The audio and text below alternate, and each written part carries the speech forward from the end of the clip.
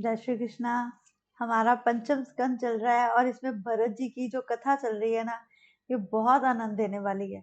और खास करके ये जो श्री कृष्ण की लीलाएं बता रहे हैं, जो ये पीछे हमने जो पढ़ा है कि कैसे गोसाई जी ने प्रभु की सेवा के बारे में मार्ग बतलाया है, ये तो सच में इतना अच्छा है ना। कि कैसे बाल रूप की जो उन्होंने बताया कि कैसे सेवा करनी चाहिए, और फिर कैसे बानिए ने 12 वर्ष तक वो सेवा की। तो बस आज अब इसी को आगे पढ़ते हैं। गोसाई जी द्वारा बताई हुई रीति के अनुसार बानिया श्री कृष्ण के बाल स्वरूप की मानसिक सेवा करने लगा। प्रतिदिन प्रेम की मानसिक सेवा करता था। वह इतना तन्मय हो जाता कि उसे सारी वस्तुएं प्रत्यक्ष दिखाई देने लगती। अब एक दिन ऐसा हुआ कि वह दूध लाया और उसमें चीनी डाली, किंतु उसे लगा कि लाला के दूध में आज कुछ अधिक चीनी पड़ गई है। बानिया ये कैसे कह सकता था? स्वभाव सहज कृपणता कैसे मिट सकती है? प्राण और प्रकृति साथ साथ ही हो जाते हैं। उसने सोचा, जरूरत से अधिक चीनी अगर दूध में पड़ गई है तो उसे निकाल लूं, कभी दूसरे काम में उपयोगी होगी। अब यह ना तो बर्तन था, ना तो दूध था, और ना ही चीनी थी, क्योंकि वह तो मानसी सेवा थी। क्योंकि वह मानसी सेवा ही करता था, फिर भी तन्मयता के कारण उसने सारी वस्तुएं प्रत्यक्ष दिखाई देती थी। अब मन की कल्पना में ही वह चीनी को निकालने लगा। कन्हैया ने सोचा कि जैसा भी हो, किंतु इस बनिए ने मेरी 12 वर्ष तक सेवा की है, अतः उन्हें प्रकट होने की इच्छा हुई। बालकृष्ण प्रसन्न हुए। उन्होंने प्रकट होकर बनिए का हाथ पकड़ा और कहा, चीनी अधिक चली गई है तो क्या हुआ? तूने कौन से पैसे खर्च किए हैं? भागवत स्पर्श होने से बनिया सच्चा वैष्णव बन गया और वह प्रभु के सामने समक्ष मुस्कुराने लगा। उसे ये समझ ही नहीं आया कि उसके साथ ये क्या हो रहा है। वह भगवान का अनन्य सेवक बन गया। 12 वर्षों तक जो भी सत् कार्य नियम पूर्वक किया जाए, प्रभु उसका फल अवश्य देते हैं। इसलिए कहते हैं, पहले 12 वर्ष बाल काल में भी बहुत ज्यादा उत्तम होते हैं। 12 वर्ष तक बच्चा जो सीखता है वही उसके संस्कार बन जाते हैं।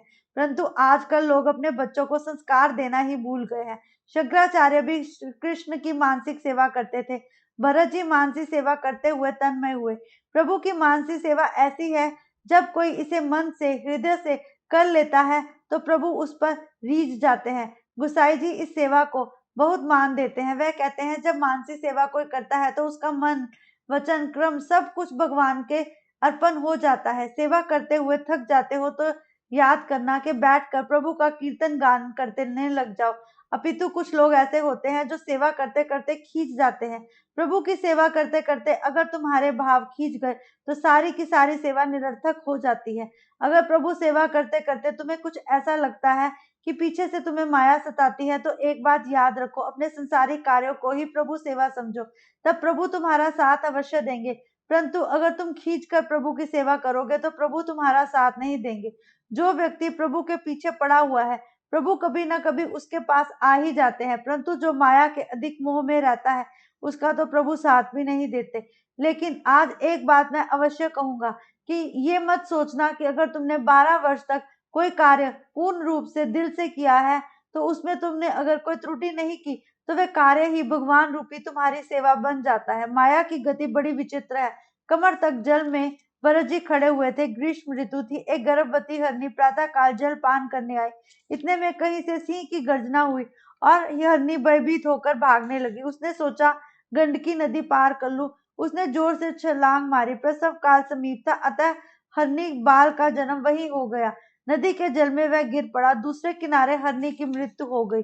भरत जी ने उस मृग शावक को नदी के जल में पड़ा हुआ देखा तो इस बच्चे को श्री हरि के दर्शन हुए। वे सोचने लगे, इसकी माता की तो मृत्यु हो गई है, अब इसका जगत में कोई नहीं है। आज से मैं ही इसका पालन करूंगा। और दयावश होकर वह बच्चे को आश्रम में ले आए। वे सोचने लगे कि ये बच्चा मेरे सिवाय किसी और को नहीं पहचानता। इसका लालन पोषण करना अब मेरा ही धर्म है। अगर इसके माता पिता नहीं है तो कोई बात नहीं, मैं ही आज से इसका माता पिता हूँ और स्वयं को उसका रक्षक मानने लगे। अतः हर प्रकार से उसकी रक्षा करने लगे। जीव मानता है कि मैं दूसरों की रक्षा करता हूँ, परंतु ये बिल्कुल गलत है। जीव की रक्षा तो स्वयं श्री हरि करते हैं। मनुष्य को कभी भी किसी की रक्षा करने का अहंकार नहीं होना चाहिए। अगर आज कोई हमारे भाग्य से अन्न खा रहा है तो ये मत सोचो तुम उसे अन्न दे रहे हो। रक्षा करने वाले तो प्रभु स्वयं है। कर्ता धर्ता श्री हरि ही है। मनुष्य का अहंकार झूठा है। अगर तुमसे कोई कुछ खाता है तो वह उसका हक नहीं, अपितु श्री कृष्ण की इच्छा है। तुम घर में रहो या वन में रहो, तुम्हारी रक्षा करने वाले श्री हरि है। परंतु एक बात याद रखो, पहले उनको समर्पण तो करो स्वयं को। भागवत के 7वें स्कंद में दूसरे अध्याय में 40वें श्लोक में यमराज ने राजा सुयज्ञ से रिश्तेदारों का उपदेश दिया था। ऐसा कहकर हिरण्यकशिपु कहते हैं, यदि परमेश्वर की कृपा हो तो अनाथ हो या वनवासी हो, अगर वह जीवित रहता है तो इसमें भी प्रभु को इच्छा है। कई बार तूफान में माता पिता के मरने पर भी कोई ना कोई बालक जीवित रह जाता है, या फिर ऐसा होता है कि माता को बच्चे देते समय माता की मृत्यु हो जाती है, तब वह बालक बच जाता है। तो ये मत सोचो कि उसको बचाने वाला महान है, ये सोचो ये श्री हरि की कृपा है। मृग बाल को पानी से बाहर लाकर भरत जी का धर्म था, उन्होंने उसकी रक्षक पिता बनकर की, परंतु वह ये भूल गए कि इसका रक्षा करने वाले स्वयं श्री हरि है। भरत जी उस मृग बाल का लालन पालन करने लगे, धीरे धीरे वह बड़ा होने लगा। भरत जी उसे अपनी गोद में बिठलाते, उसके साथ खेलते। भरत जी ने अपनी पूर्वावस्था में बच्चों का लालन पालन किया था। वह पूर्वचित अप्सरा वहां आ गई। पुराने संस्कारों को भूलना बड़ा कठिन है। सूक्ष्म संसार मन में अभी तक बसे हुए हैं। अंततः उसका मन उस बच्चे में फंस गया। अब उनका मन प्रभु में स्थिर नहीं हो पाता था। अब उनकी मानसिक सेवा छूट गई, क्योंकि हर समय उन्हें उस बच्चे का ध्यान रहता था। भारत जी ने मृग बाल के घर में रखा, वह ठीक तो हुआ, किंतु उसे जो भी मन में रखा गया वह ठीक नहीं किया गया। संसार को छोड़कर जहां जाओगे वहां भी संसार तुम्हें पकड़ ही लेगा। एक बात याद रखना, जब तक हृदय से संसार को नहीं निकालोगे तब तक संसार तुम्हें अपने हृदय से नहीं निकालेगा। आजकल की माता और पिता अपने बच्चों के मुंह में इस कदर फंस चुके हैं कि उन्हें लगता है कि वह बच्चे उनकी जिम्मेवारी है। परंतु एक बात याद रखना, कुछ वर्षों तक तो वह अवश्य, सिर्फ 12 वर्षों तक वह तुम्हारी जिम्मेवारी है। उसके बाद उन्हें स्वयं को उनका भार संभालने देना चाहिए। परंतु माता पिता ऐसा बिल्कुल नहीं करते।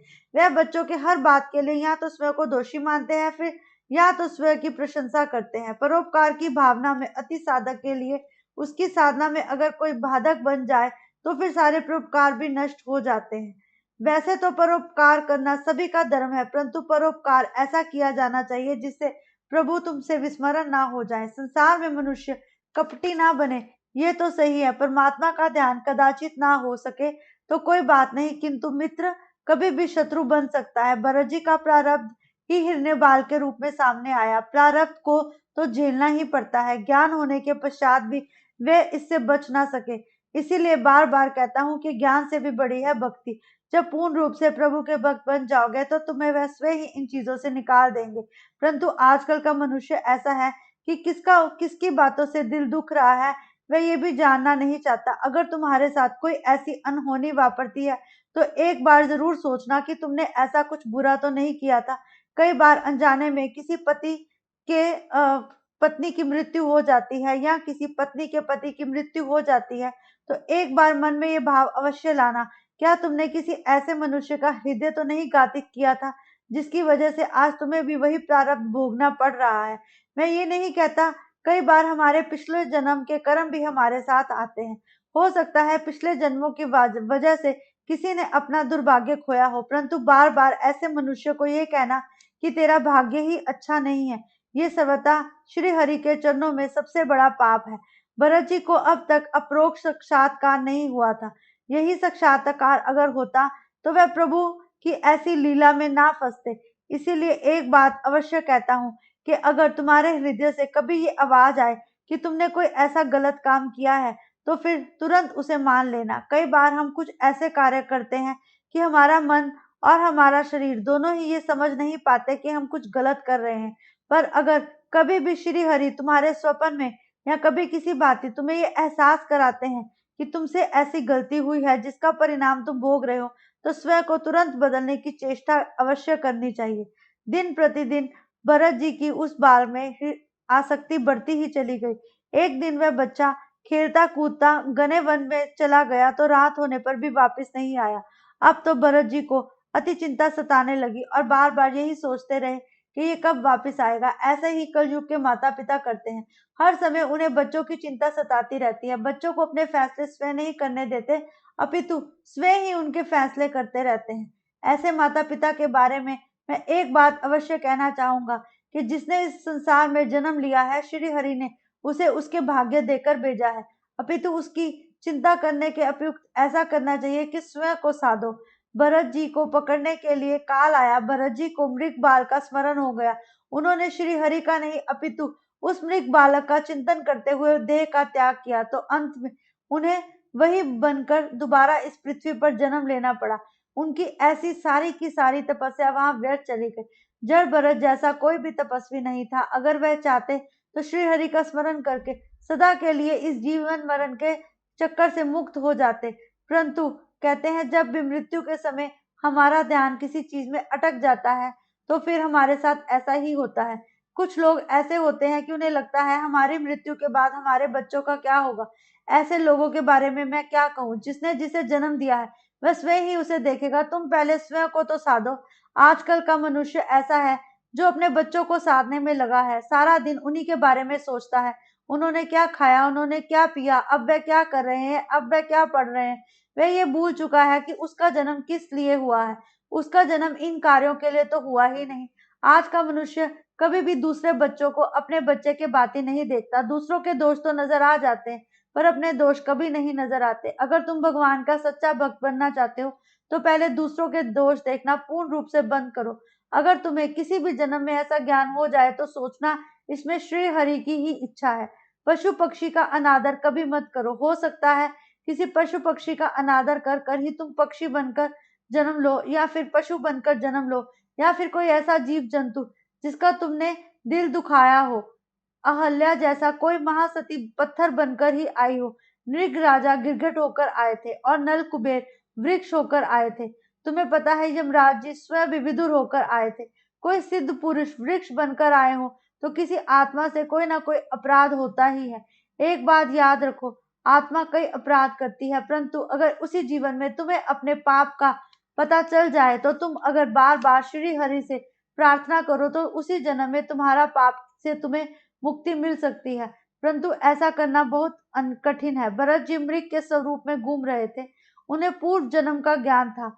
वह सोच रहे थे कि इसी गंडकी नदी के किनारे तपश्चर्या करता था। इसी स्थल पर मैंने हिरण के बच्चे को उठा लिया था। अगर मैं ऐसा ना करता तो आज मैं ऐसा ना होता। मैं महाज्ञानी था, मैं योगी था, किंतु आज मेरा कैसा हाल हुआ है। देखो आज कुछ जानवर ऐसे हैं, कोई गाय है तो कोई बकरा है तो कोई वानर का जन्म लेकर आया है। कुछ ऐसे होते हैं जो मंदिरों के आसपास ही चक्कर काटते रहते हैं, क्योंकि कहीं ना कहीं उन्हें अपने पिछले जन्मों का ज्ञात होता है। लेकिन मनुष्य ही ऐसा है जिसे अपने पिछले जन्मों का कुछ भी ज्ञात नहीं होता, क्योंकि वह इतना बोलता है कि बोलते बोलते उसे अपने सारे ही पूर्व जन्म के ज्ञात मिट जाते हैं। जब बालक 40 दिन का होता है, इसीलिए हमारे शास्त्रों में 40 दिन की बहुत महत्वता बताई गई है। उसे अपने पिछले जन्म का पूर्ण रूप से पता होता है, लेकिन जैसे जैसे 3 माह बीत जाते हैं वह सब कुछ भूलता जाता है। इस मृगदेह में एकादशी का व्रत करो। अगर तुम्हारा मन हिंसा में जुट जाए तब भी उसे छोड़ो। प्राचीन काल में भारत में पशु भी एकादशी का व्रत करते थे। आजकल तो कई लोग एकादशी का व्रत नहीं करते। सबसे उत्तम एकादशी का व्रत माना गया है। अगर तुम एकादशी का व्रत करते हो तो श्री हरि तुम्हें स्वयं ही कोई ना कोई ऐसा मार्ग दिखाते हैं जिससे तुम्हें इस जन्म से मुक्ति की मार्ग मिल सकता है। फिर भी भरत जी ने मृग देह का भी त्याग किया और एक ब्राह्मण के घर जन्म लिया। मानव जीवन अतिशय विलासी हो गया है। प्रजा में संयम, सदाचार, भगवत भाव बढ़ने लगे हैं। विलासी माता के घर संतों का जन्म नहीं होता। संत जन्म लेने के लिए सुपात्र खोजते हैं।